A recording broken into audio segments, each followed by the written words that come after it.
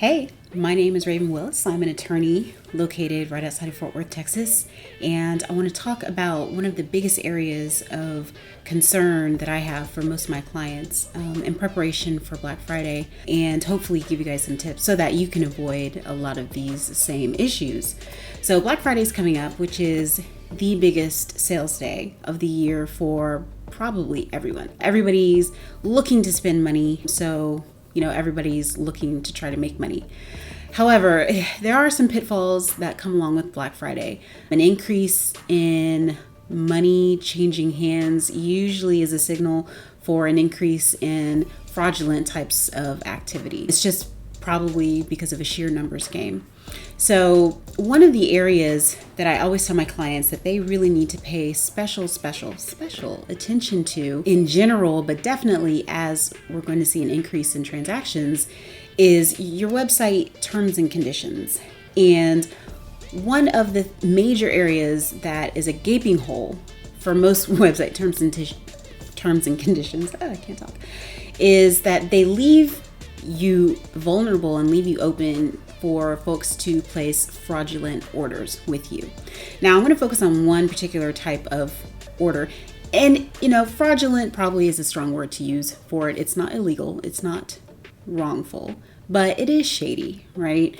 So I say fraudulent because it's fraudulent should be on your sense of, humanity, on your ethics, your internal compass. When somebody places an order on your site and it's a competitor, a lot of times competitors will place orders on your website so that way they can get your product, take a look at it, dissect it, reverse engineer it, see how, your packaging is, your formula, send it off to get it analyzed, and then they'll crank out a product just like it. But actually, what's even more common is, especially for service providers, if you have a course or if you have any type of digital products, anything like that, a lot of people purchase those services from you. So that way they can glean all of your information and then they put out a course exactly like it. That is actually really common. I have spent lots of time over the past few years supporting clients where that's happened to them. They'll put out a course, they'll have a student who is great, friend, asked a bunch of questions, was super active. And then once they finish the course, they launch a course just like it, doing the exact thing that my client was teaching them to do.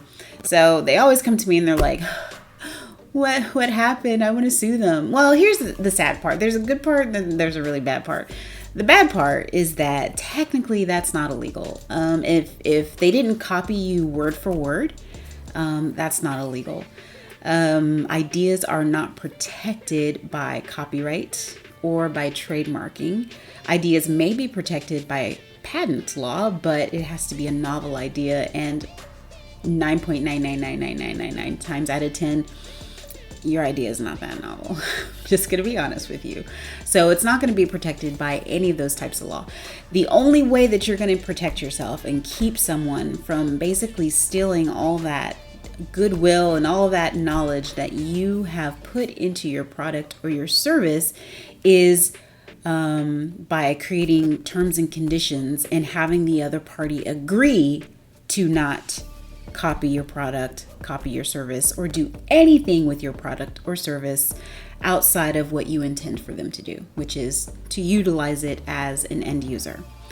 Now, the way that you're going to do that, again, is going to be through your website terms and conditions. You have to make sure that you say specifically, okay, you buyer are purchasing as an individual, as an end user. You promise that if I fulfill this order for you, that you're not going to sell my product, you're not going to resell my product, you're not going to reverse engineer my product, you're not going to use it for regulatory purposes, you're not going to, dissect it, you're not going to, you know what I'm saying?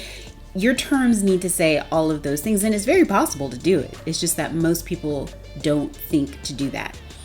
What's really actually concerning for me is I feel like small businesses are very, very, very susceptible to something like this. I have heard a couple of stories where a major business, purchases from, a small business because they've caught wind that this small and up and coming business has this really cool new product or service or whatever. So they purchase it, then they get access to it, they see what it's all about, and then they create a product themselves. And because they're bigger, they've got more firepower, they've got more money, they can launch a product that's exactly like that, that's competing with yours, but better because they have the reach and they have the money. And that has happened many, many times.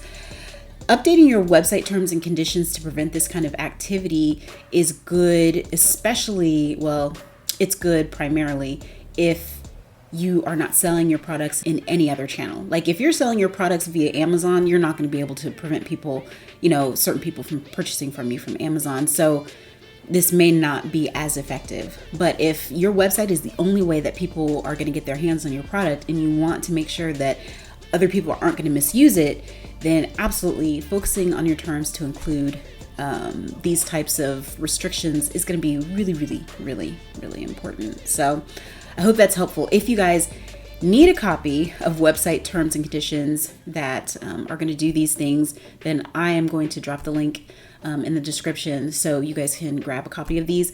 Now for my templates and everything that I sell online, these are lawyer generated. I've gone through these templates myself many times.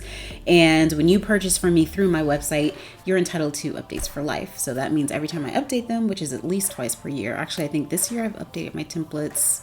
Some of them I've done it 3 times already and the year isn't even over. But every time I update it and I push out an update, you will automatically get them for as long as I continue to sell them. So you're getting lifetime access. Let me know if you guys have any questions. Hopefully this was helpful. Thanks for listening.